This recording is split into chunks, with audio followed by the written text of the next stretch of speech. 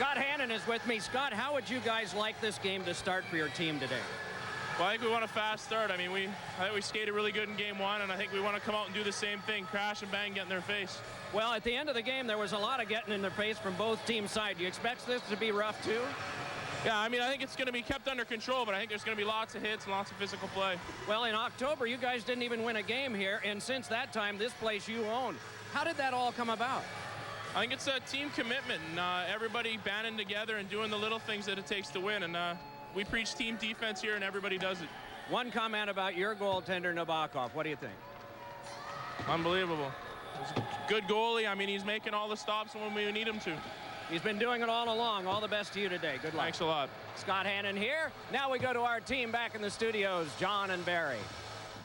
All right, guys, thanks a lot. We'll get you back to your game in just a moment. I know it's only game one of the first round, but Tampa Bay, to me, has looked like the best team in the playoffs based on that one game against the Montreal Canadiens last night, and here's a big reason why. The lineup, if he plays like he can, they could be the best team in the playoffs right now. Lecavalier was strong on the puck, making a great pass there. Fedotenko gets the goal 1-0. And then St. Louis, this is one of the prettiest deflections you ever see because he just gets the tip of the blade on it and gets it in. But watch how he turns the blade, John. It's not just that he touches it. He actually turns the blade and directs it into the far side of the net. Soft hands. Now watch the blade right there. Just changes the angle of that puck so subtly and right in the far corner. Great shot. Now we're going to see a little bit later. Fedotenko makes a great play, winning the physical battle on the loose puck.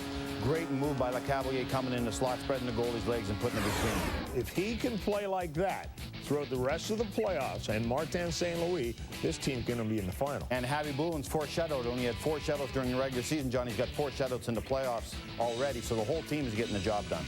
Now, in our games, the Flames and the Wings, the first game went to overtime. Yeah. Calgary won that game. Detroit has to find somehow to score when they have a man advantage. Well, we have a saying in hockey that if my 5 power play players play as hard as the 4 penalty killers, your power play is going to be better because you have an extra guy. But if it's the other way around, you're not going to score goals. And that's what's happening to the Detroit Red Wings. Their power play are being outworked by the penalty killers of the other teams. You look at the regular season, 20%, which is phenomenal. You look at now 5.7 with that talent on the ice, being able to throw Schneider, being able to throw Litz, and being able to throw Hull, Datsut, Shanahan, Yzerman, Lang. They're just not working hard enough. They're not getting the puck to the net enough. They're not winning the physical battles in front of the net enough. They're trying to win without work, and they're getting beat at it. Quick answer, is this a must-win for Detroit? I think it is. I think Calgary going home up 2-0. They won't be outworked, this team, and they're getting great goaltending by Kiprusoff. All right, some of you are going to see the Avs and the Sharks, and a lot of people talked about all of the scoring that Colorado has. Yep. They forgot about a guy named Patrick Marleau for San Jose. Well, everyone forgets about Marleau because he plays on the West Coast on a team that's never on TV. Don't forget, this guy was the 2nd pick overall for Joe Thornton, so he certainly has had expectations in his career, and he's starting to reach them. He's got 6 goals in the playoffs so far. He's had 2 hat tricks, so that takes care of the 6 goals. But what I like about him, even when he's not scoring goals right now, he's still effective. He's playing good defense. He's still playing good offense. He's setting other people up. He's taken systems away because you have to concentrate whenever Marleau comes on the ice. This guy is emerging as one of the best young players in the game. 6'3", 220, rocket of a shot. He's a total package, John. I think it also is a must-win for Colorado, even though they're going back home. I don't think they'll have a chance if they go down 0-2. We want to update the story about Mike Danton. Of course, you know that he was indicted this week for a murder-for-hire plot. What we are told now is the plot was possibly against his agent, David Frost. Now, David Frost has been convicted before of assaulting a player, and he was involved in an altercation with Danton's younger brother. That is the only new news of the story of Mike Danton, who, of course, sits in jail and awaits the trial and whatever else is going to come along with it. The Stanley Cup playoffs continue on ABC. Coming up, it's the Flames and the Wings. Detroit has to find a way to get even, and the Avs, the same story against San Jose. Now, this here. The Stanley Cup Playoffs presented by Nextel on ABC. Brought to you by Nextel coast-to-coast walkie-talkies in under a second. Nextel, done. Dodge, you can take life as it comes, or you can grab life by the horns. Labatt Blue, break out the blue. Labatt Blue. And Southwest Airlines, official airline of the National Hockey League. Southwest Airlines, a symbol of freedom. In side with the music thundering. The face-off about to take place. Rob Schick from Port Alberni, British Columbia, drops the puck between Andre Nicolishin and Patrick Marleau, and we are underway with game 2 of this best-of-7. It's thrown back into the Colorado corner where Carlos Grastins ties up there. Puck flipped along by Nicolishin, grabbed by Riku Hall. A defensive-minded lineup for Colorado to start this game against Marleau's unit. Marleau, of course, with 3 goals in the last game.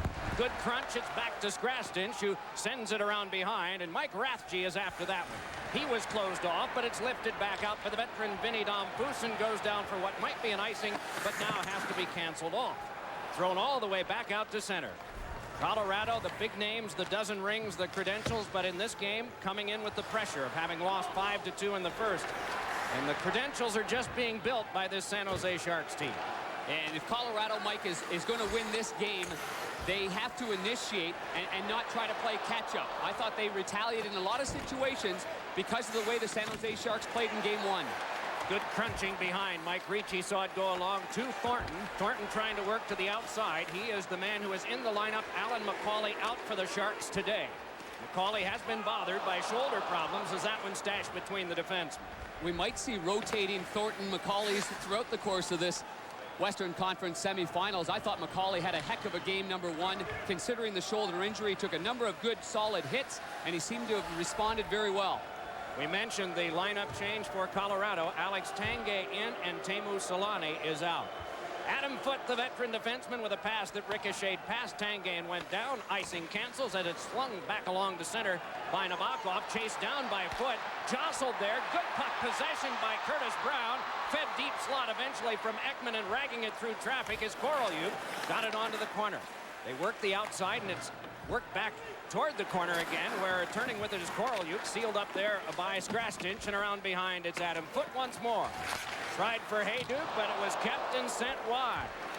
Good opportunity early for the Sharks as it's fed to the point again. A hurried shot by McLaren, bounced off Peter Forsberg, and we'll see how much Peter Forsberg has to contend with the normal guys that he has faced in game 1, particularly Scott Hannon, who we saw at the top of our show. Hayduk trying to work in, cannot. It's swept along by Todd Harvey and tipped on back to center. Now, the luxury that San Jose has by acquiring Curtis Brown from the Buffalo Sabres is he slides right in there in Alan McCauley's spot between Korolyuk and Ekman. And I thought Ekman had a heck of a game 1 as well. We mentioned Hannon. Also, Mike Ricci played against Forsberg an awful lot in the first game, too. Yeah, that's a good battle there. 2 guys that know each other well. If you happen to miss game 1, this was in the final couple of minutes of this hockey game, and there were plenty of penalties to be thrown around. In fact, Bobby Bugner was fined $1,000 by the National Hockey League for this blow from the side on Jonathan Chichu. They ended up scrapping. Obviously, a great deal of frustration by the Colorado Avalanche. Look at this one. Barnaby and Smith, just as we're showing what happened at the tail end of game number 1, it was Smith and Barnaby that fought at the end of that game, as we just saw. Matthew Barnaby with probably a smirk if we could see it closely, but we cannot because he has wound up getting a penalty up on the San Jose Sharks side of the board. It doesn't look like Barnaby is going off. Barnaby at the face-off circle with Smith, probably saying, let's go, let's go. You know what? It wouldn't surprise me if that was the case. These guys talk a lot.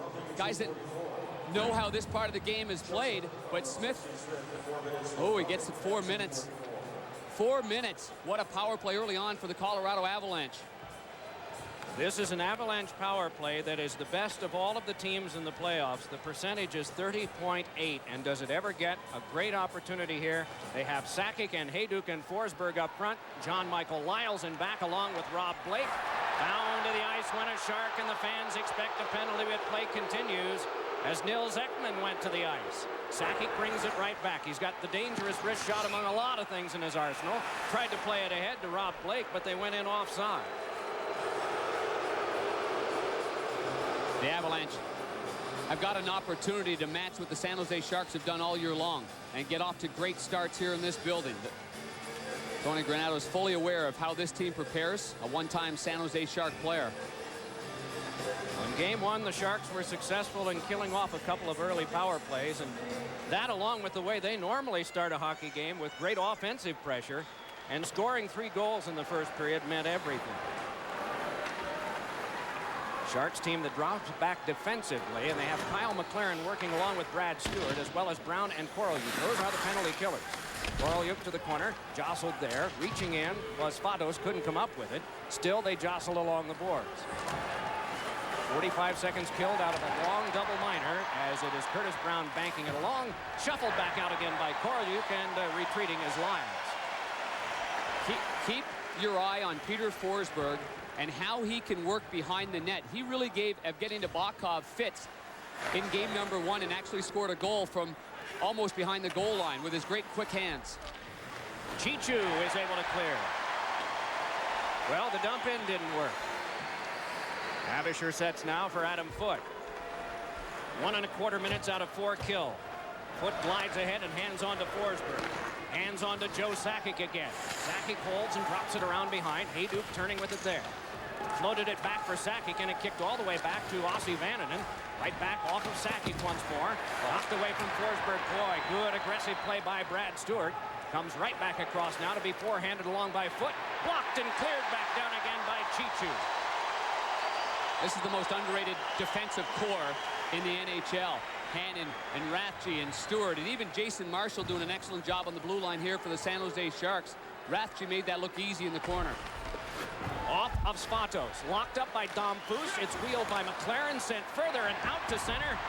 And Vananen got in the way of Marleau. And we get a stoppage of play, and interference is called on Vananen.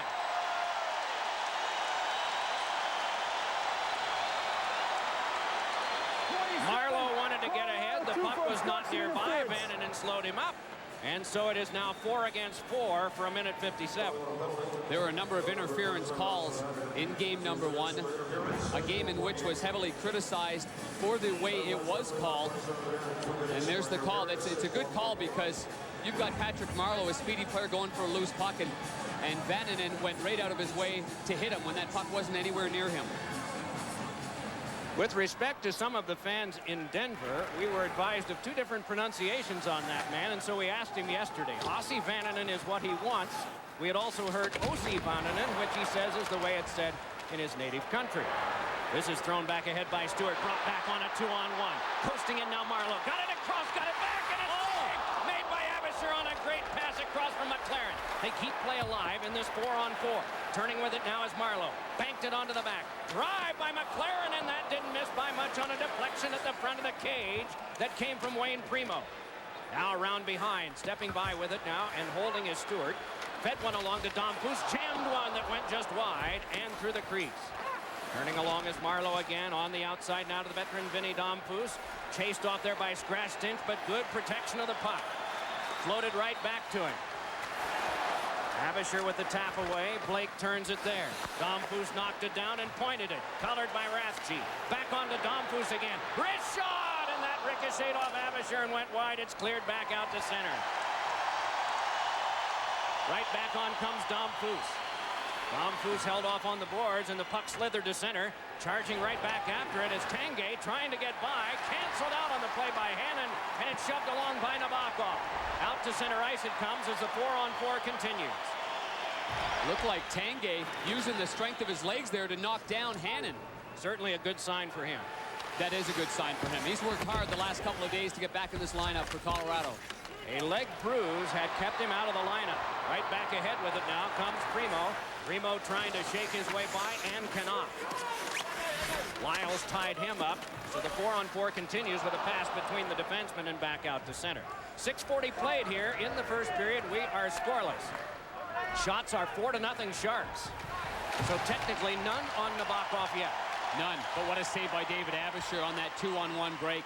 If we're wondering how the youngster would respond, I think he showed a lot of us right there. He's ready for this one. Forsberg feeds to Barnaby, who moves in. He's got a man in front. Score! Matthew Barnaby to Milan Hayduk. And it's 1-0 Colorado. The first shot was a layup.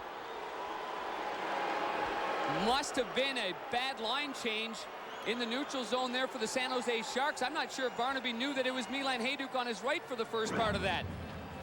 Forsberg's pass right on the tape. Barnaby now, oh, he sees him now. He's got to wait as long as he can to get the goaltender to commit as far away as possible from our Southwest Airlines goal cam on the left side of your screen. No chance for Nabokov to get back to his left. And an easy tap in for Milan Hajduk. I spoke to Milan yesterday morning. He had nothing going on in game one. No chances, no jump whatsoever. That's a good start for this prolific scorer. Here's Sakic, a shot turned aside by Nabokov as the Avalanche start to warm to the task here. Getting their first goal on their first shot. Konowalchuk, a shot, it rattled around. And a shot there by Spatos was blocked off by Nabokov. Now a big drive, and that one floated wide from Bob Bugner's stick. Sakic pressed to the boards. It is Barnaby and Forsberg assisting on the Hajduk goal at 7:01. Kept alive by Vananen and turned on to Spatos. Turnaround shot floated to the corner, having been tipped there. Steve Konowalchuk working the wall, played it back on to Sakic. Dropped it on to Konowalchuk, fed it back to the point, and it's tapped over to Vananen again. Makes the safe play that rattles around behind for Joe Sakic. Colorado owning the territory right now. Vananen flipped one that went off Mike Ricci's stick, and around to get it is Konowalchuk. Stepped into there, and Thornton is able to skip it back out to center with 8 minutes played. Back ahead with this now comes play to be made by Vananen back in and set up again by Nabokov. Well, this is not the typical first period that we've seen from the Sharks in the latter part of the season as well as in these playoffs so far, Pam. Well, keep in mind, they're killing off a double minor penalty, so they're shorthanded. Then they have a great 2-on-1 break that is stopped by Abishur. Right back ahead, it's dropped and carried in on an offside by Dom Foos.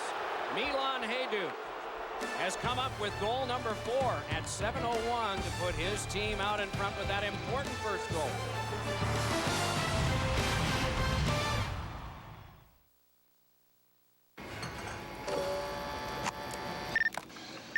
IT. Problem. Try rebooting. Already did. Meeting in minutes. Run utilities. Not good. Alt FX. It's getting worse. Something's happening. Hit escape. There is no escape. Problem solved. What?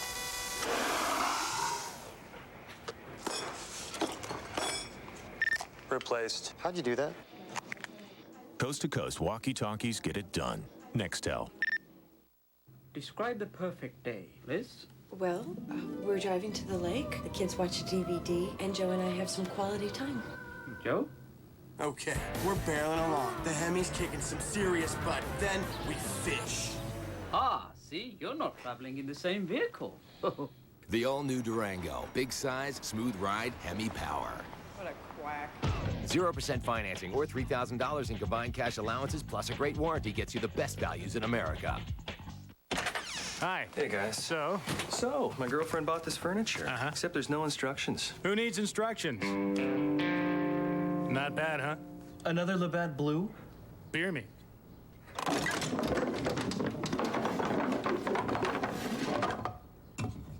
Nice. Break out the blue. Labatt Blue. Hey, honey. Look! That's great. But where's the bookcase that I bought? What?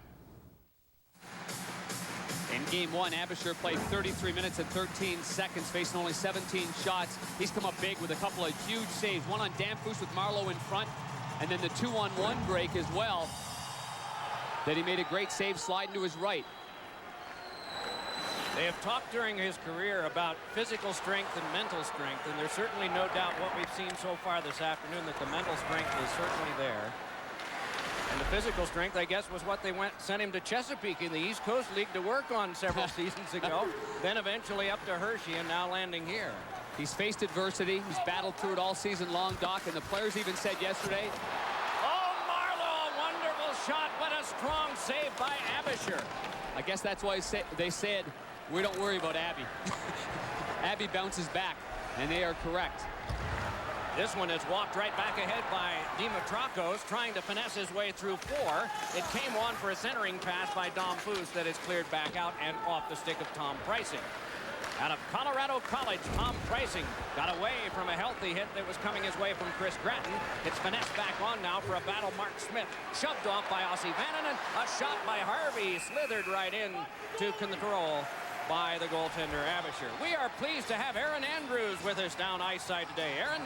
Well, Mike, Sharks captain Patrick Marleau won't be in need of a new baseball cap anytime too soon. On Thursday night, after Marleau scored his second hat trick of the playoffs, he went out to the players' parking lot and he found a big surprise. His pickup truck filled with hundreds of baseball caps. Marleau, a very shy and quiet guy.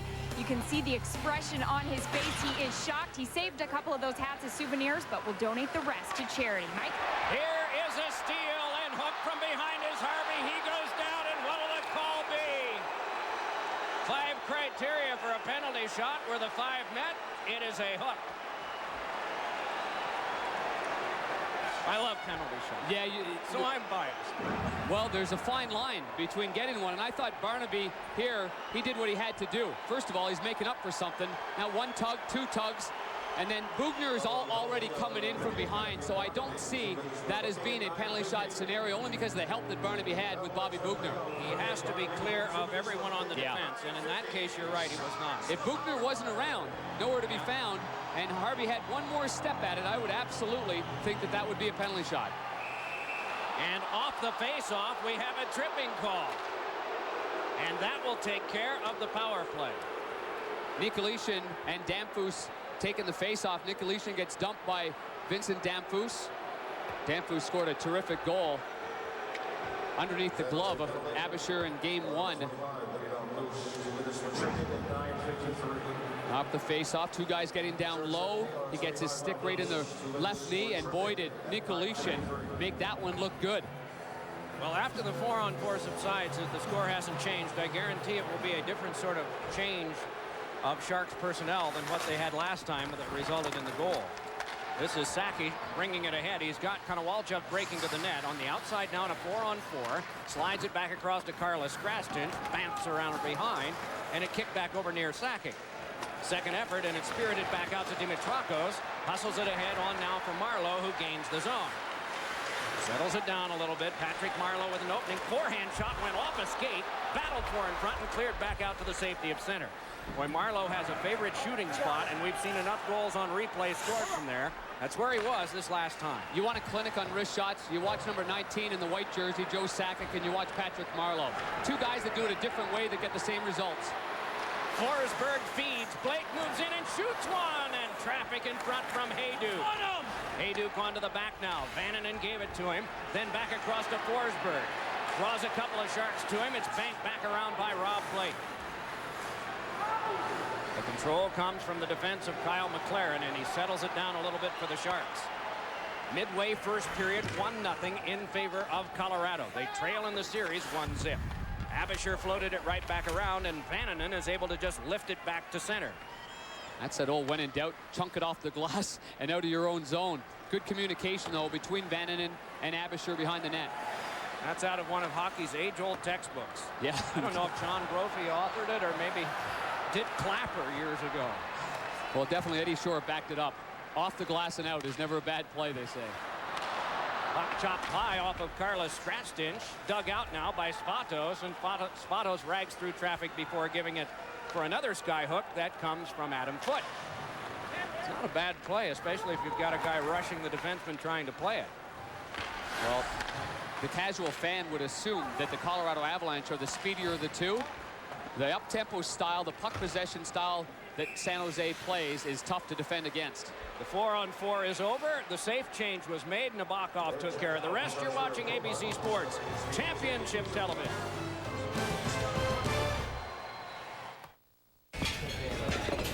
I got you something. Oh, you shouldn't have. Oh, this is nice. And here's yours. I know it's not fancy, but it's what's inside that counts. And what's inside is Labatt Blue. Wow. Huh? I love it. Break out the blue. Labatt Blue. Awesome gift. Oh, yeah.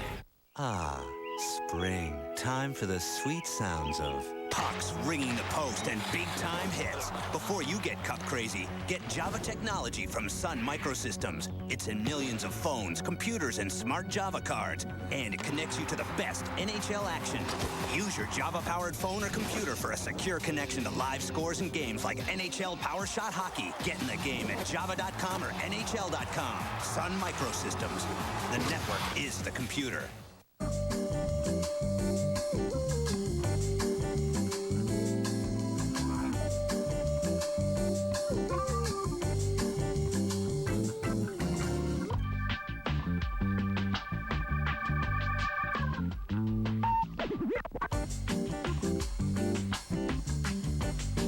Nobody does it like Southwest Airlines. We always have low fares, even at the last minute. You are now free to move about the country. Just before Milan Hajduk scored to make it 1-0, Patrick Marleau and Kyle McLaren tag teamed a terrific 2-on-1. A good give and go by McLaren. And maybe if Marleau snaps that right away, Abisher can't get over. But Abisher did a great job of pushing with his left leg and smothering the 5-hole. You don't get wishes granted in situations like that, but I imagine Marleau would have loved to have had the opposite side for that shot. You Puck betcha. hung up on the back of the goal. But we're not done yet, as Matthew Barnaby is nearby. Well, Barnaby's been a big part of this game. And see the way his helmet is so loose like that? It certainly exaggerates any hit up top. And a lot of players do that. Here's the puck at the side of the net. Barnaby comes in, and Marshall gives him a little push out from the front. The head and the helmet both snap back. And Ricci's got something to say as well between the two guys. Lyle's a shot that's blocked by Chichu, sent on further by Barnaby, poked around off of the defense of Marshall, worked on back again, and it skipped back over for Thornton to play. You were noticing earlier how well Tanguay had been. Thornton looks pretty good in this contest so far, too, in terms of his health. Around behind now comes Ricci, and the net is dislodged by quite a bit of force. And you mentioned big Scotty Thornton back in the lineup, and you're right, when you come back from an injury too, you've skated hard for a couple of days, you test your body as much as you can, and then you tell the coach, I am absolutely ready to go. The doctors talk to the coaches, everybody agrees on it, but you're so fired up to get back into the lineup. And for Ron Wilson, he loses Alan McCauley, such a great dependable player that's going to be a finalist for the Selke Award. And then you gain a big rugged left winger that's on the best defensive line that the San Jose Sharks have. 17,496 here today, but we alluded with Scott Hannon the fact that they lost all 5 of their home games in October, and building support for this team was not easy at the outset of the year. Pitch back in again by Marleau.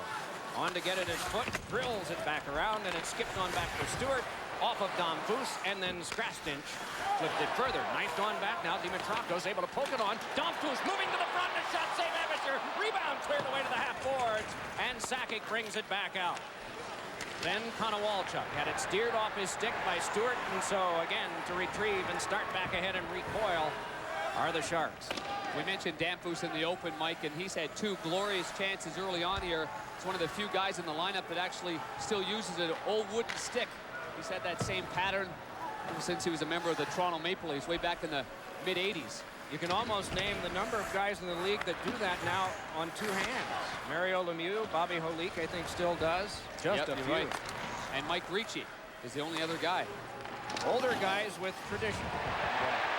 Good close off there by Hannon, and another belt into him by Riku Hall. Circling the outside, a centering pass came across for Smith, trying to work it further, and it's eventually carried back out to Rob Blake.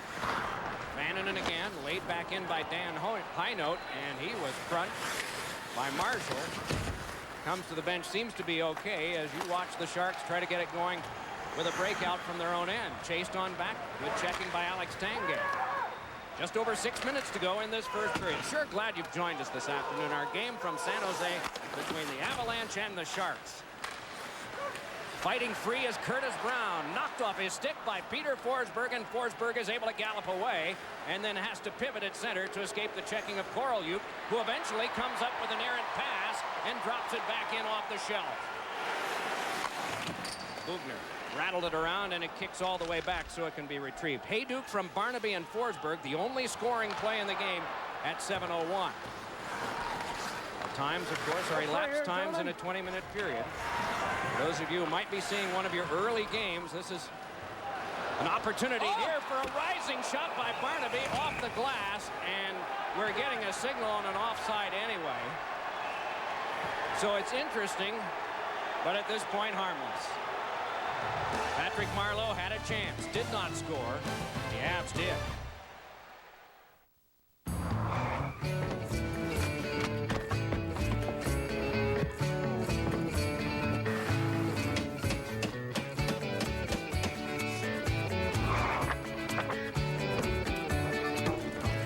Introducing the only minivan with 2 rows of fold-in floor seats, the all-new 2005 Grand Caravan. Come on in, Dad.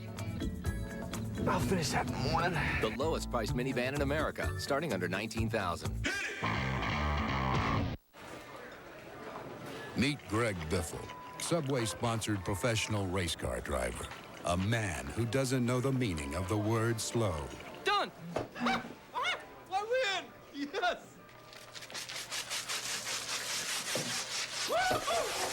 Subway, proud sponsor of Greg Biffle and the number 16 car. Biffle, you're the man! Subway, eat fresh. Hi. Hey, guys. So, my girlfriend bought this furniture. Except there's no instructions. Who needs instructions? Not bad, huh?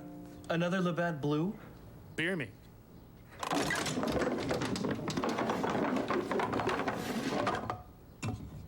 Nice. Break out the blue.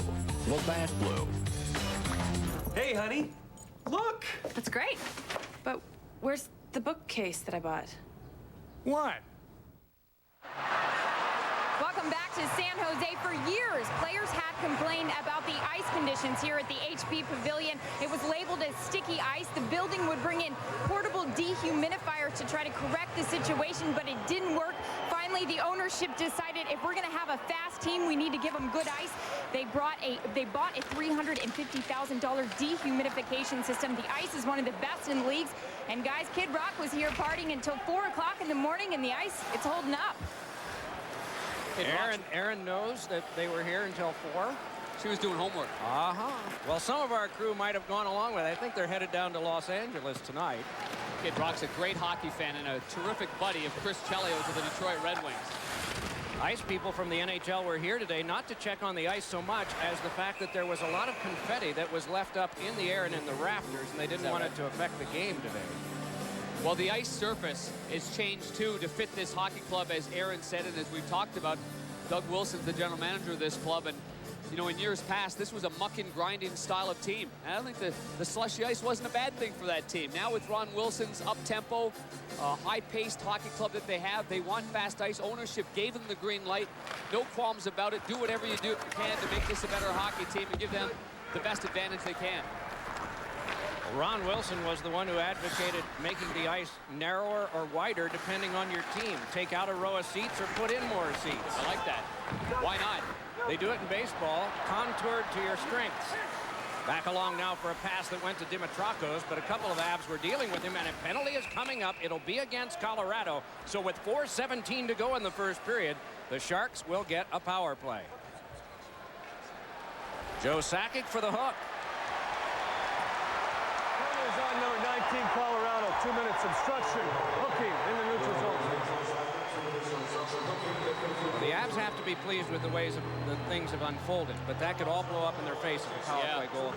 You know, often the veteran players, especially the players like Joe, get a break on this. And Dimitrakos was just trying to get through the neutral zone, and Joe had a blade of his stick in his midsection. Only gave him one tug, and obviously Rob Schick, the referee, thought it was enough to slow down Dimitrakos.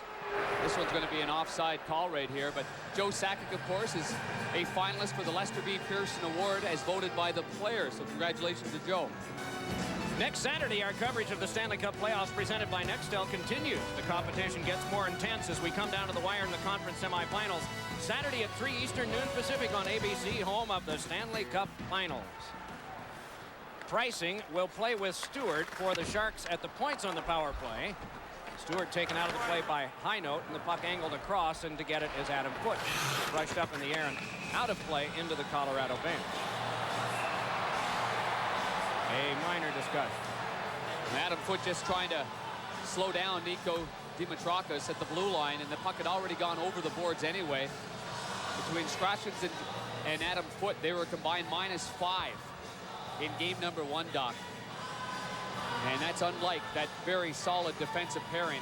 Even talking to Adam yesterday and Rob Blake, they just, every one of them to a man said, it's better losing the way we lost than losing 1-0 and thinking we played well. We know we didn't play well, and we know how well the San Jose Sharks played. This is game number 150 of the playoff career of Adam Foote. He, Joe Sakic, and Peter Forsberg, when the franchise was shifted from Quebec to Denver, were a part of the last lineup that played in that 94-95 season in Quebec City. Hayduk out on the penalty kill now, along with Darby Hendrickson. Vananen in back along with Blake. Sailed wide by Dimitrakis, cleared off the stick of Pricing, but he recovers, deals it back along, close quarters. It's nubbed away from Marleau, kept alive by Pricing. Some good fight there. Tried to spin it deeper, got it to Dimitrakis, works on the outside. Dimitrakis didn't get much of a shot away. Good checking by Milan Hayduk, the only goal scorer in this game, and the puck cleared out of play. Well, for Nico Dimitrakis, he grew up as a 12 and 13-year-old boy living 10 minutes from the Boston Garden. And his parents would drop him off just outside the building, Doc. And Dimitrakis would sneak into the building, knew an usher, watch the game, call Mom. She'd pick him up at the same door she dropped him off at. A great Boston Bruins fan growing up. They must have had the same ushers or a similar group that they did in Chicago. Yeah, you got that We right. heard a lot of Chicago stories like that. Ekman, a shot off the glove of Abisher. Dug out for the moment by Curtis Brown, but good cancellation on him by Adam Foote. Banked back off the wall and held there by McLaren as we're down to the last 3/4 of a minute on this power play. Work then to Brown, then back over to Korolyuk again. He's got a man in front. Korolyuk to the outside. Good job by Konowalchuk. It's shoved back to the corner. Held there by Ekman. Worked back to the point. Gets it back once more. Shot right into the chest of Abisher, and he holds on. In the intermission report, John Saunders and Barry Melrose will have all the latest, including the Flames on fire. And David Abisher and all the stress of replacing Patrick Waugh. All coming up on the Dodge intermission report. Abisher's not looking like he's losing much here in this one. That's for darn sure. He has rebounded extremely well. His positioning is much better. He's not chasing pucks like he did in game 1. He's got himself in good position, and he's more patient.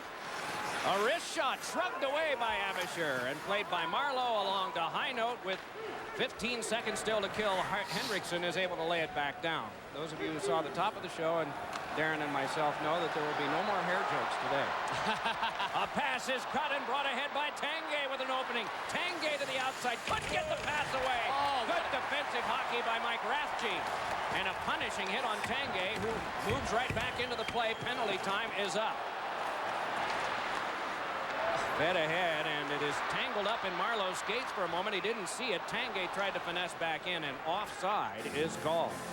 The turnovers are a key part of the San Jose Sharks, and any team for that matter this time of year. They've made some poor decisions just making passes, and they've resulted in interceptions. Tanguay has this chance nullified by the great play of Mike Rathje. That is textbook elimination right there. There's the pass, backhand pass to the middle of the ice. Stewart coughs it up. This is where the San Jose Sharks are generally an extremely sharp hockey club. That's how you keep gap closure when you don't have turnovers in the neutral zone. When you turn it over, there's that separation and uncertainty between the forwards and the defensemen. Rathje, 6'5", 245. A lot of force on his hit and great mobility, as you saw it there, catching up to Tanguay and canceling him out. And another offside pass. Well, tomorrow, she can kick, she can fight. That's just for starters. Jennifer Garner is agent Sydney Bristow on an all-new Alias tomorrow at 9, 8 Central on ABC. Bob Friedlander, the great tape coordinator of the San Jose Sharks, big fan of that show. He's a big fan of Jennifer Garner in that show. He just likes the rough stuff. And he likes the Blackhawks. He has the only office I've ever seen wallpapered with Blackhawks memorabilia in a non-Chicago city. Apparently, they're very tolerant of his ways here. Walchuk ties up at center, coming by trying to get it at Spatos again as we're down to the last minute 35 of this opening period. Joe Sakic hands it across to Adam Foote. Lobs it on back, and again we have a stoppage of play on an offside. And nothing goes without a shove or without an extra word. Well, a couple of years ago, I thought Mike Ricci could have won the Selke Award. He didn't. He was a finalist. He and every other player on the San Jose Sharks did an excellent job on the all-world Peter Forsberg. When Peter gets involved in this type of stuff, if you're the opposition, you're liking it because it gets him away from handling the puck and making the great plays that he makes. So they want to get in his face. They don't want to give him any time or space. And he's such a competitive son of a gun that he wants to give it back all the time. So he can be lured in too. Competitive spirit, you know, that's the one thing that Joe Sakic usually doesn't have happen to him. Yep. But they're just two different personalities. They are. Battle around behind, turning to the outside and dragging away was Scott Thornton, but it's knocked from him by Blake and again put out to center ice. So if it stays this way, the Avs have to be satisfied with this first period. Well, at least the Avs are initiated more instead of trying to play catch-up. Brought back by Vannon. And then Nabokov. Then Korolyuk and then ahead. Ricocheted to center, but the Avs started out now in a 2-on-2. Brought right back ahead and dropped off by Hannon. A shot by Ekman, ricocheted off a skate and is lifted back on by Matthew Barnaby. And Ekman's getting some terrific scoring chances, Doc. He's got to find a way to get that puck on net. It's getting blocked. Lifted to Skrastins, but again offside. You had mentioned that the Lester Pearson nominees took place, and Joe Sakic, of course, deservedly was one of them. Roberto Luongo another, and Martin St. Louis. Those were the three announced yesterday. Great choices all the way around. There's that shot block we're talking about with Ekman cutting in. He's a left-hand shot that plays the right wing. He cuts into the middle, changes the angle, but you have to give credit to the shot blockers of Colorado taking away that lane. Sakic flips, regathered by Hannon, and out of play with 15.2 to go.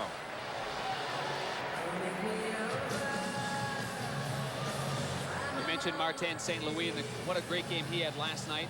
Only 3 assists. Only 3 helpers, him and Vincent Lecavalier.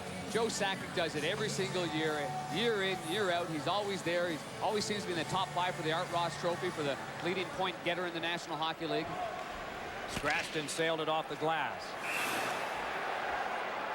8 seconds to go, and Hannon tied up and in the mush of Peter Forsberg. Most valuable defenseman on a great pass for the San Jose Sharks, and Scotty Hannon, who doesn't get enough credit.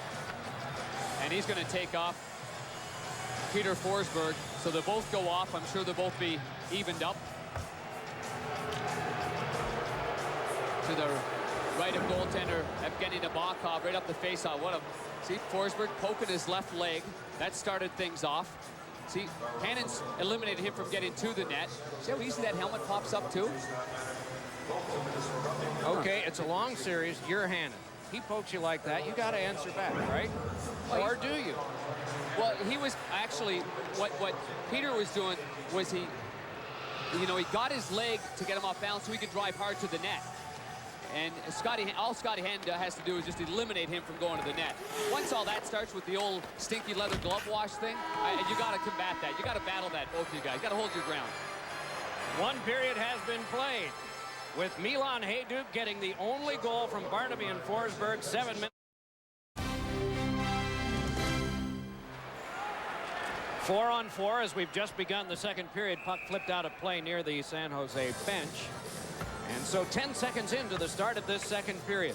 I was impressed by the battling that took place in the matchups in that first period, but you have the real-time stat sheet. What do you know? Yeah. Well, Joe Sakic and the Avs, they've got a 1-0 lead with Peter Forsberg in the penalty box. Forsberg did not have a shot on goal. Sakic had 1. They only had 5 shots on goal, but boy, did they make the 1 count on the bad line change by San Jose, and then really a 2-on-0 break from the hash marks in. Forsberg boxed for another 90 seconds, and so is his nemesis, Scott Hannon. Puck angled on now to Mike Rathje. Tips it back in for Wayne Primo. Good shoulder there with Vannon.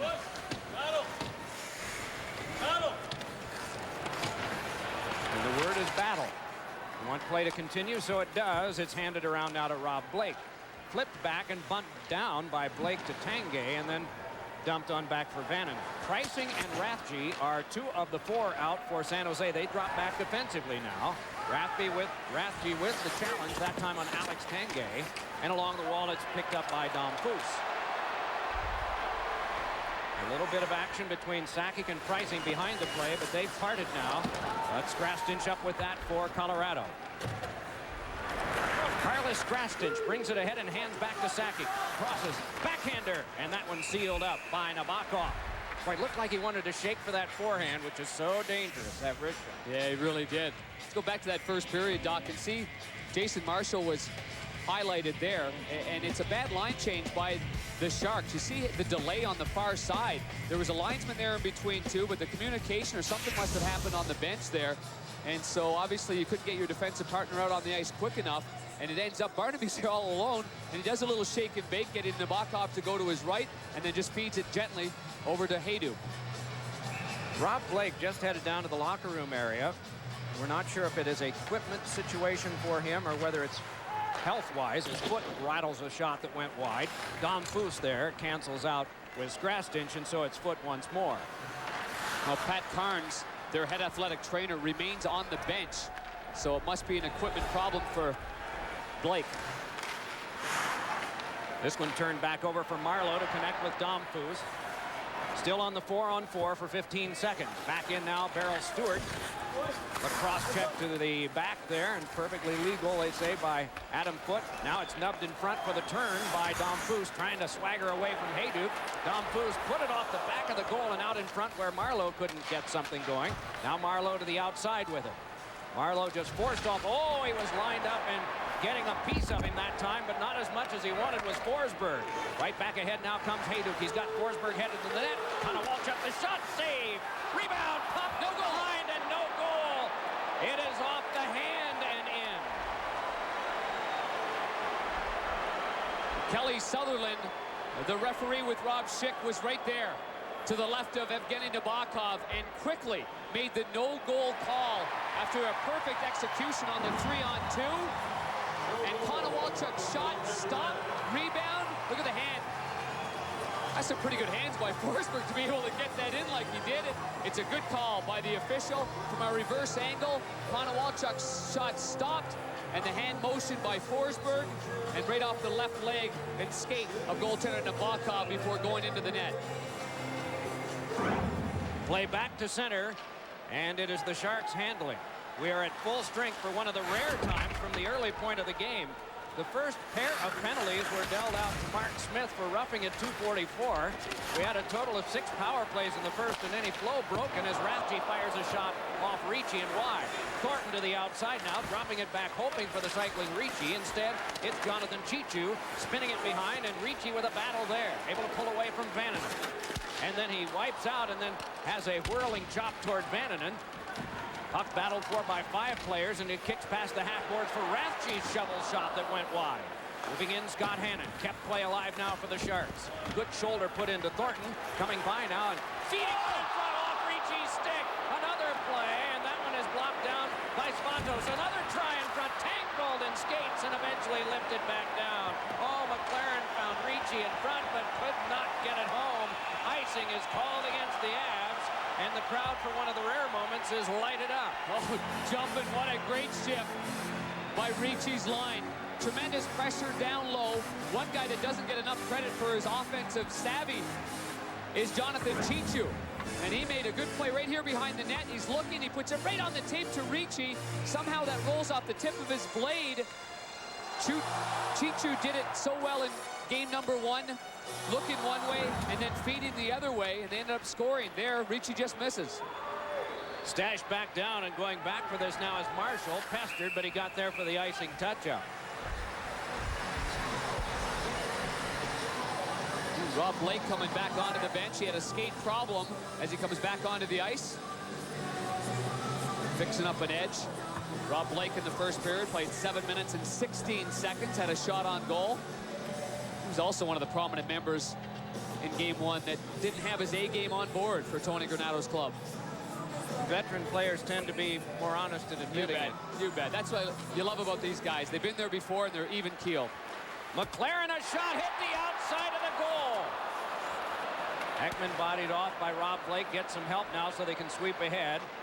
Lyles with a pass for Barnaby and then deflected across and out of play into the Sharks bench area. Yeah, good play by Jason Marshall with the stick in the lane, intercepting that little pass in the neutral zone. On the face-off win by the left-handed Curtis Brown to McLaren. Everybody's going hard to the net. Barnaby lost his stick. This one finds its way through everybody right on the outside of the net. Clearly no goal to the stick side of Abisher from our Southwest Airlines goal cam. Close, but not close enough to even hit the post. Corley sparring a bit with Dan Highnote. Face-off win by Curtis Brown. Boy, what a find he has been for the Sharks.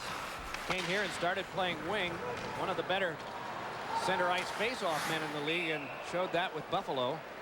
Well, let's hear from John Saunders and Barry Melrose, gentlemen.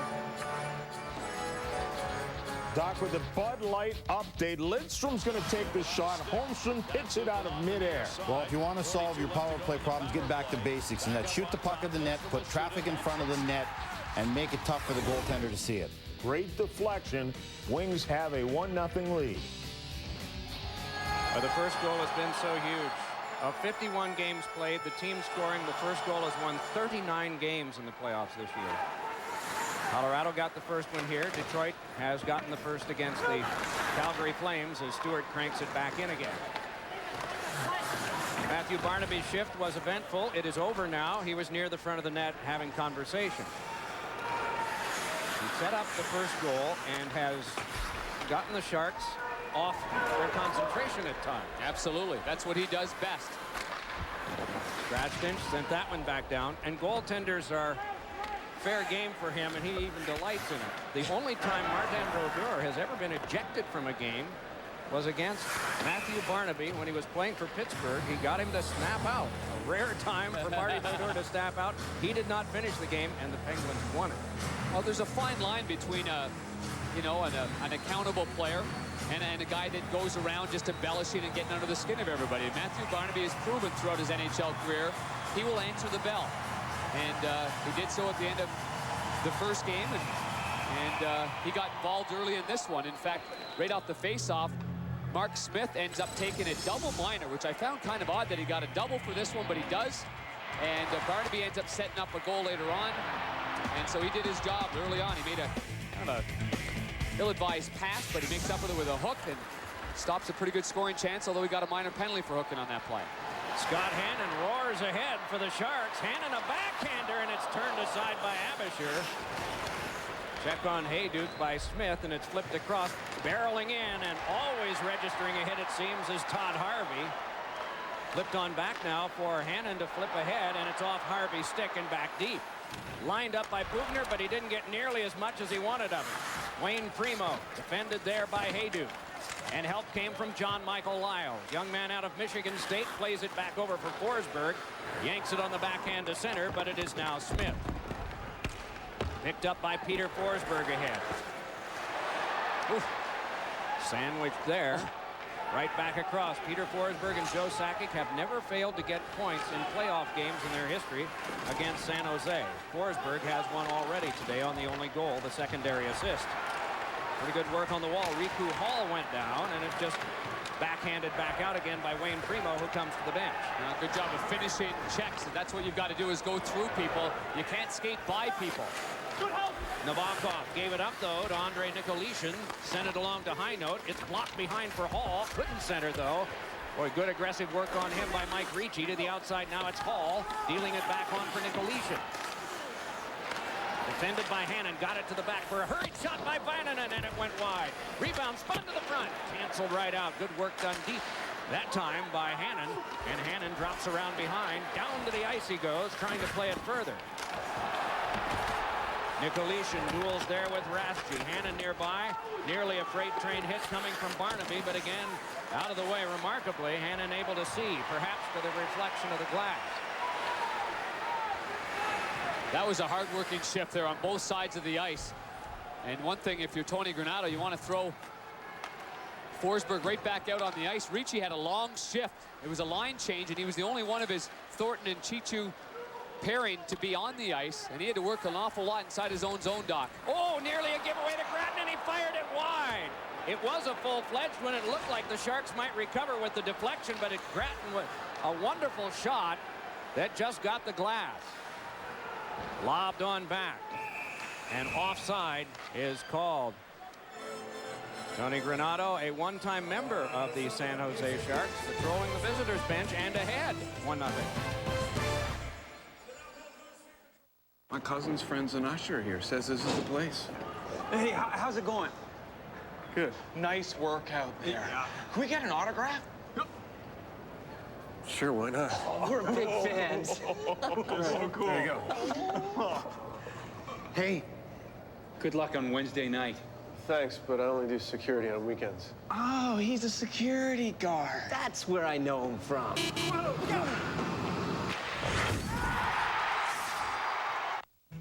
That ought to do it. Oh, you're going international, huh? That's the plan. All right. See you tomorrow. Hey, Frank, little help. Here you go, guys. Hey, ragazzi! Hey, Franco, che aiuti? Ci vediamo. Ciao, Franco. Ciao. Ecco i pacchi dall'America. Sì, lavoriamo con l'estero, eh? Ti ringrazio. Complimenti. Global shipping with a very familiar face. UPS, what can Brown do for you?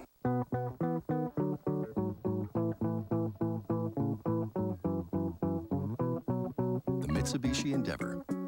More passenger and cargo volume than the Toyota Highlander.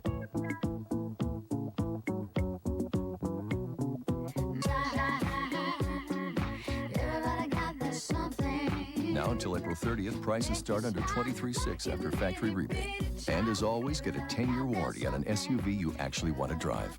Only at Mitsubishi. Welcome back to San Jose. Colorado head coach Tony Granato played 5 seasons for the San Jose Sharks, and he's credited for taking a lot of the players under his wing and turning the dressing room around. Brad Stewart tells a great story. He was 19 years old with the Sharks. He didn't have a car, had to run some errands. The veteran Tony Granato threw him his Mercedes-Benz keys and said, go ahead, run your errands. I asked Coach Granato for the same thing yesterday, but I didn't get anything, guys. Gosh almighty, here's Savatos bringing it in, and nice play by the defense of Hannon and angled out to center. And now Stewart owns probably 5 or 6 of them. What a great young player he is. And certainly, Tony Granato is the type of player that the San Jose Sharks build their team around. Guys with great character. Oh, here's a backhander by Sakic that's turned aside. It is Konowalchuk. On him is Hannon. Then to the outside to Hayduk. Watched there by Marshall. Onto the back now. A shot by Blake was tipped high and wide by Konowalchuk, and eventually laid back out by Nils Ekman. After it is Korolyuk, but Blake prevails there. See, she should ask Tony for his keys when we're in Denver. Exactly. More likely to have the Mercedes there. Yeah, you get the big bus here. The one that takes you from the hotel to the rink. But you know, Milan Hayduk was a non-factor in game 1. He scored a goal here in this one, and he's got that toe drag moving. He's got some confidence. The San Jose Sharks have got to pay attention to number 23 in the white. Fans start to talk it up now as gaining the zone. It's handed over for Dom Fusa. Cross for a shot by Marleau. That is stopped by Abisher. Very patiently he waited for reinforcements, and they came. Hustling back now, Dan Heino got there first, kept play alive, and it's forced on back for a turnaround shot by Nicolishin that was chopped away by the defense, lifted on by Marleau, and a leaping miss by Skrastinch, so he must drop back further. 8.5 played here in the second period. The shots are 11-9 San Jose, 4-1 Colorado in the period. The outside now, Matthew Barnaby. The Pest gave it back over to Nicolishin, circling to the back for Skrastinch, and then laid along around behind for Barnaby again. Defended off by Marleau, but the puck bounced right back to him. And again, Matthew Barnaby. Marleau defending as it's filtered on through for Riku Hall. On the cycle now for Nicolishin. Interceding was Marleau. It's popped on back to Foot. Angles it behind. Barnaby turning there. Barnaby trying to spin to the front. Goes forehand. He's got Hall there and flipped one hoping, but it bounced off him around behind. Sharks are able to throw it back out. Heartening play for Avalanche fans here, even though it's a tight game at 1-0. Skrastinch with a bit of a fooler on Nabokov, and it's sent along now for Tom Pricing. Pricing lobbed it further, and it skipped on out to center. continuing to probe for offensive opportunities. There have been precious few of those for the Sharks here in the first half of this second period. First period was more productive. They did get some shots on the 3 power plays that they have, but it was 10-5 at the end of the first. Now turning with it is Wayne Primo. Primo with a wraparound, and it's stopped by Abishur, and he hangs on, and Primo with one extra thrust, and that's the reason there's traffic. Great wraparound attempt, and Abishur did a wonderful job of moving side to side with the paddle of his stick along the ice, taking away the low part. Boy, has Primo ever improved his foot speed, his movement. He's a big man. It's 6'3", 220 pounds. There's a wraparound attempt. Not much room there unless Primo goes a little wider and tries to get it up high. But your thought process here is just get this thing on net. You know you're going to get crushed when you go into that area anyway. And then after that, you've got the scrum in front, which is natural. You're trying to defend your goal. Well, we talked about how Abishur's talents had been honed in Hershey, Pennsylvania. I was talking with the general manager there, Doug Yingst, yesterday about just the gradual flowering that he's had now. And during the first intermission, we talked about the pressure factor too. But Wayne Primo had to spend some time from Buffalo and Rochester, their top American Hockey League farm team. Nobody wants to go there to those cities in the American League as a professional player, but then once you go back up and you realize what you've learned, you don't regret it. Doc, more players should have to go down to the minors and learn the game that way. It shouldn't be taken for granted. It's a privilege to play in the National Hockey League. And that's why guys get that hunger. And the crowd here trying to get the San Jose Sharks all jacked up here, Doc. Out of Downers Grove, Illinois, Tony Granato watches as a shot came through from Stewart. A rebound is sent to the corner. Playing it along now is Harvey, sealed up by Nicolishin. It went off of Wayne Primo, and Primo canceled out to the corner by Rob Blake. It came up to Smith again. Smith crosses and gets to a shooting area, and a shot went off Rob Blake's leg and is lifted on out to center. You know, a lot of those shots, a lot of those quick little snapshots that got through in game 1 aren't getting through to Abishur here in game 2. Banked the long pass to center. Smith had trouble with it there. Good crunch put on Hayduk by Ricci as Rob Blake emerges. All-American out of Bowling Green. Handed it on back for Kyle McLaren. Up to Ricci. Spun back up the wing for Thornton. The drop to Ricci again. Ricci with a backhander. Kicked back out by Abishur. On out to center. As the Sharks start to warm to the task of getting back even, here's Hayduk trying to go by. Hayduk held off by Scott Hannon.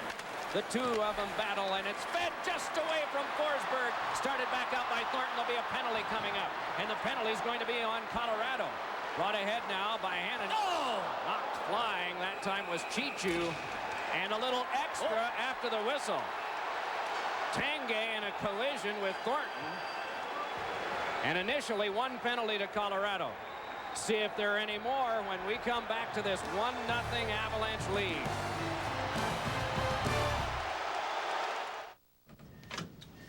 Okay, folks, let's get this party started. Call Seattle. Get McGregor on the phone. Calling him now. Morning.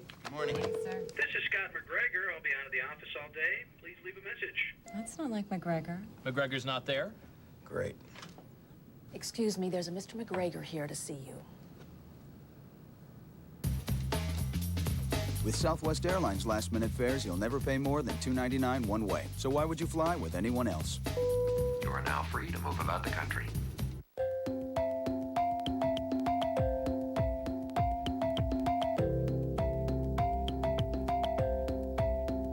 When you have the space, you can always find ways to fill it.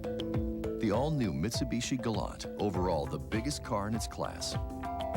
Still starting under 18 grand. Now until April 30th, lease one for just $239 a month for 36 months. And as always, get a 10-year warranty on a car you actually want to drive. Only at Mitsubishi. Very nice. Like all light beers, it's low in carbs. Unlike any other light beer, it's got the great taste of Bud Light. What we have here is a failure to compromise. Fresh, smooth, real. It's all here. Well, Peter Forsberg is going to go off here for an interference call. It's going to come right at the center of your screen. Mike Ricci's battling to go through, and with all the things that go on in this hockey game, because it's been a tough one, that call on Forsberg would be hard to take for the all-world player. Out of the tangle, it's swept across, but protected well by Dimitrakos.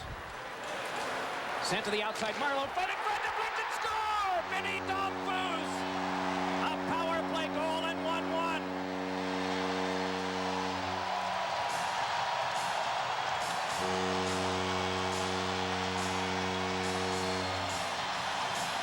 Domfus led all players in the first period with 5 shots on goal. That was as many as the entire Avalanche lineup.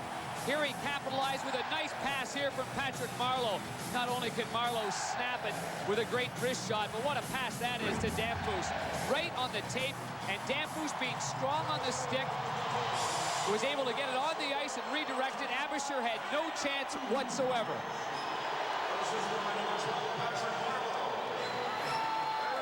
So both teams with a goal on which the goalies had no chance. And so we're back even. Korolyuk gains the zone. Forehander, and that knocked down by Rob Blake. Played back along for Curtis Brown, works to the outside now. Centering pass was away from Korolyuk, grabbed off by Hannon, and floated right back for traffic. Around behind a feed is blocked off by Vananen, but taken eventually by Korolyuk to the outside and dropped back. Fed on back to Korolyuk. Hurries a shot, and it's snubbed down by Rob Blake. Good defensive play there. He moves out to center, but coming back across now is Marshall. Well, the ice seems to be tilted right now as right back to the attack come the Sharks. Vananen took care of Curtis Brown, and back to center it comes. Brought on now by Hayduk. Crosses. Wants to get the shot away, and does, but that ricocheted wide off of Scott Hannon. To the outside, Hayduk again. Shot dubbed in front, and that one ricocheted dangerously near the front of the net from Alex Tanguay, but not much on it. Oh, what a play by Ratchi. To protect the puck like that and make a calm pass tape to tape. Ricci got by and centered one. It's cut off by Hayduk and kept by McLaren. Played it to the safe corner for Ricci to get around behind now to Chichu. They step it up to Thornton. Thornton turning away from Hayduk now. Turned it right back along to Jonathan Chichu. Finessed on to Ricci. Bear hug to the corner and held there by Bob Bugner. Trickled around behind, and a healthy hit that came from Stewart that time on Tanguay. Now it's Thornton burrowing behind to the outside. Ricci and a shot. Oh! Chichu is stopped by Abisher. From the noise here, we go to the quiet of the studio with John and Barry. Doc, it's never quiet here. You want to see guys skate fast? Watch Matthew Dandino. But watch the defense of Calgary. They all look at Dandino and want to be the good goalie and make him go side to side. Yzerman's goal, John. And then Yzerman moments later scored again, so it is now 3-0 Detroit. Well, it's certainly not quiet at Joe Louis Arena. 3-0 there, Detroit, and it's not quiet here in a 1-1 tie. And so the reason why they're on their feet, they're applauding the great effort. The momentum's changed here in the second period. And the San Jose Sharks, they finished their checks. They kept it in deep. They made it extremely difficult in all areas of the ice. Thornton had a huge shift right there with Ricci and Chichu. Chichu's shot finally to the glove side in the high slot, and a remarkable save there by Abisher, squeezing it off.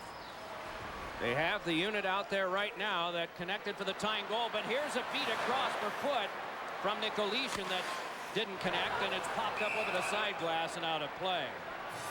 Well, coming up tomorrow on the NBA playoffs, it's Shaq and the Lakers versus Yao. And the Rockets in a battle of the league's premier big men. A win by Houston will even the series at 2-2. Game 4 is tomorrow at 3 Eastern, noon Pacific on ABC, home of the NBA Finals. Get playoff analysis from Tom Tolbert, Dr. Jack, and Bill Walton, and more on ESPN.com. Search NBA. Well, Ron Wilson looks on, seeing his team give up the first goal in the first period, but then come back to even it up here in what has become a much more dominant period for them, like they had anticipated the first normally would be. But here's Dimitrakos handing it on across for the carry back in by McLaren. Domfus drifted to the front, but Skrastin's a good job on McLaren's centering pass. Konowalchuk working over Vinny Domfus. And help came also from Adam Foote so that Skrastin can eventually come up with this and hand it on near Marek Spatos. By him to center, and Stewart just flops it back in. Joe Sakic is out there to retrieve. 6 1/4 to go in the second period. The only chances Joe has had in this game has been on his backhand. We all know how prolific his wrist shot is. So San Jose doing a good job of keeping him on the outside, but all he needs is a split second.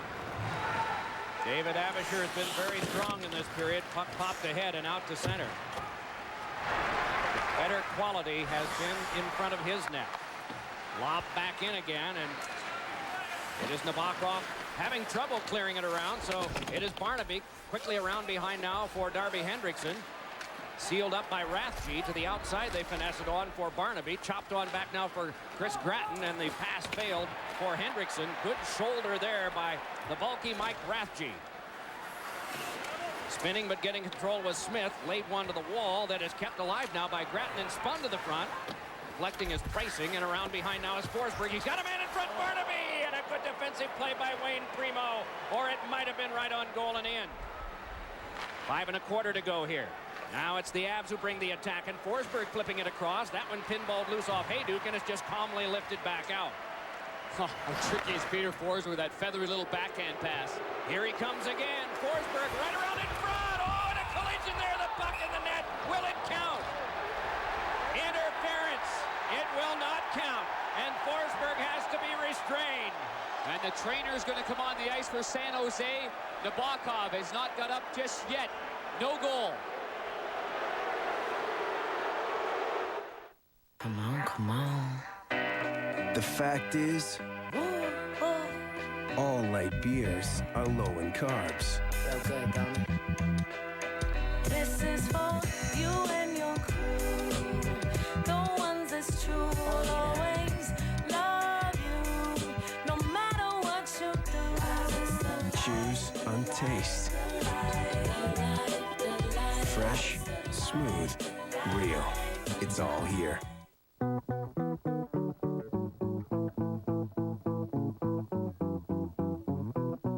The Mitsubishi Endeavor.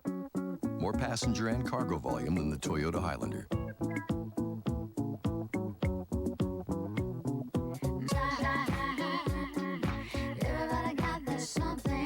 Now until April 30th, prices start under $23,600 after factory rebate. And as always, get a 10-year warranty on an SUV you actually want to drive. Only at Mitsubishi. This is my Subway salad, the new Atkins-friendly grilled chicken and baby spinach salad. Made fresh in front of me with chicken, garlic, almonds, all in a bed of baby spinach. And saying baby spinach is my new Lucky Charm, baby spinach. Oh, garlic almonds? Garlic almonds. My Subway salad, all the Subway fresh salads. It's what I eat when I want to eat fresh. He is in the box again, and here is why. This one will be discussed for a long time. The first one stopped the left shoulder, though, as he runs right into Nabokov. The puck wasn't in the net at that point. At real time, you see how fast it is as he drives hard to the net. Protects the puck, makes the play, and then he does put a left shoulder into it. And then there's some bodies that come underneath, and Nabokov just gets drilled. Rob Schick, the referee, made that call, and he immediately made that call, waving it off. 3 minors for Peter Forsberg, 2 in this period. And the 2 in this period have caused his team to be short both times. Now it's Stewart bringing it ahead. 4 3/4 to go in the period. He plays the hard around. Marlowe burrows in for it. Wiping out in the corner was Adam Foote. Puck came around behind to be worked to the outside now. And a wrist shot by Dom Foose ricocheted off the defensive Skrastins and then came underneath the stick of Stewart to center. Twisted back across, hoping for Dimitrakos, and he gets him. And the pass on to Marlowe. Avalanche are making a change here as on comes Dom Foose to drive it on the backhand in. Skrastins around to get it, wheels it back further, and it got tangled up in skates before Marlowe tried to dig it out, and eventually cleared back out by the Avs. 50 gone on a very important penalty kill for Colorado. Made ahead now for Jonathan Chichu. Could not get into the zone as Vananen was defending, and we get a stoppage of play on an offside. Let's go back to the disallowed goal and the minor penalty to Peter Forsberg. Peter is playing with plenty of passion in this hockey game, that's for sure. And it'll be, I think, talked about because of all the other bodies that were there. But clearly there has to be some kind of protection from the goaltenders. I mean, you see it during the course of the year. Ever since we went from one toe in the crease, it's become a black and white issue to a very gray issue, and goaltenders are making the saves and then getting run over. We saw it at full speed that one time, and that's the same that the referee sees, but the driving force was Forsberg. That's a lot of weight, a lot of speed, and I don't know how any goaltender could withstand that and still stay in his crease without being pushed into the net with the puck if he made the save. I think if on the initial shot, if that had gone in on the initial one, let's say over the shoulder and right in, and then the contact follows, absolutely, probably would have been a goal. In deep, a feed in front. That blocked away by the ever-present Rob Blake. Played back along now by McLaren. Worked on back toward him, but an interception there by Nicolishin, who can bring it ahead. Just crossing there with Konowalchuk. He just fired it into the breadbasket. A little bit of a difficult play for Nabokov to make, but he hasn't had a lot to do in this period. Brought back ahead now by Hannon. Hannon cranks it from the checkered line off the glass, and it hops to Straston. Another change for San Jose as Stewart tried to protect, could not. And fresh from the bench, it's Mike Rathje having a little bit of trouble. Forsberg is out. Penalty has been killed as Heinold moves in. Rathje on him, and then Sakic moves in further. Forsberg still out there with Joe Sakic. Puck fed to the boards, and Forsberg able to gather it in there. Lost it onto the back, but protection from Strastinch. Moves over and got it onto Heinold for a backhander that is held by Nabokov. So still 1-1 late in the second. With only 2 episodes left until the unforgettable series finale, a shocking decision tears the practice apart. Rebecca DeNornay guest stars in a new practice tonight at 10/9 Central on ABC. I have my favorites, and that guy we saw last is not one. He's a mean attorney. He's not fair. He's not decent. He should be the guy they drum out. I don't like him. I'm not sure about Rebecca either. Meanwhile, back at the ranch, we are in a full-strength situation as the Sharks are on the attack. The feed comes onto the back, and it's held by Stewart. For Thornton, but Ricci. Chichu was drifting near the front as it stashed onto Thornton. Looked over his shoulder and saw Chichu there, so he gave it to him. Then on the cycle, it comes back near Mike Ricci. Canceled out by John Michael Lyles. Heavy work on the boards, and nudging it along is Forsberg. He got a brilliant pass ahead to Marek Spatos, and Spatos has just run to the ditch by Chichu at center. Spun by Tanguay, back in, and to take it is Forsberg. Forsberg around behind now. The back pass is deflected away by the defense and gathered in by Marshall. Oh, it's a one-man show, isn't he? Forsberg in all facets of the game in this one. Fortunate that Marshall was there because it might have been a very dangerous pass from Forsberg, but here's a giveaway. Barnaby a drive and a save made by Nabokov, and now his workload is picking up a little bit. Brought right back ahead by the Sharks, and bringing it in now is Wayne Primo. A shot is held by Abisher with 1:18 to go in the second period of this 1-1 tie. Feistiness here, and back in our studio too, John and Barry. The gloves are absolutely off, as we said before. Here on this update, this is a great play. Donovan uses his speed just to get by Hatcher. One touch pass right there and over the right shoulder. Just had enough stick loose to get the puck up. By the way, that was their 8th shot. 8th shot. Oh, Red Wings ahead 3-1. Intermission report. John and Barry will have all the latest, including Iginla leading the Flames. Chelly's Chili. Nice. You've had some of that. Oh, absolutely. Chelly's opened up a new place there in Dearborn, Michigan. A very successful restaurant. Stewart across to McLaren, whose shot found its way through a screen just wide. Centering pass, and that cleared away by Rob Blake, who's had a strong game today. Two aside continue the battle as we're down to the last minute 5 here in the second of a 1-1 tie. Darby Hendrickson flies it back in. Barnaby tries to get to it there. Tried to feed for Nicolishin, but the Sharks in the way. Barnaby again, a little lumber his way from Marlowe. Reaching in Konowalchuk. Barnaby again got it on to Nicolishin this time. Just by inches, they can work it along the boards. Now it expands a bit back to Blake, who gloved it down. Kept alive by Nicolishin for a moment, and then deflected back out. Domfus feeds it across. Pivoting now as Dimitrakos picks up reinforcements from the bench. Gave it back on for Domfus. Then in deep for the captain, Patrick Marlowe. Now around to the outside. Good protection there by Dimitrakos around in front of Patrick Marlowe! 2-1!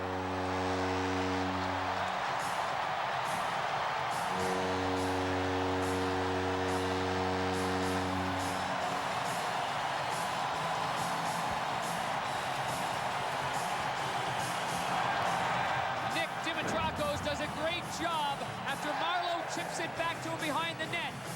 He protects the puck. He's a right-hand shot. He feathers it right back to Marleau. I thought he was going to backhand it here. He waits for a split second. Just enough patience. A goal scorer is patient and slides it underneath the arm of Abisher. What a play by this top line of San Jose. 7th playoff goal for Marleau. And one of those killer goals that scored late in the period at 1936. This nullifies the fact they trailed 1-0 after 1. They've got it back. And that's it through 2. Dom Pouce and Marleau score in the second.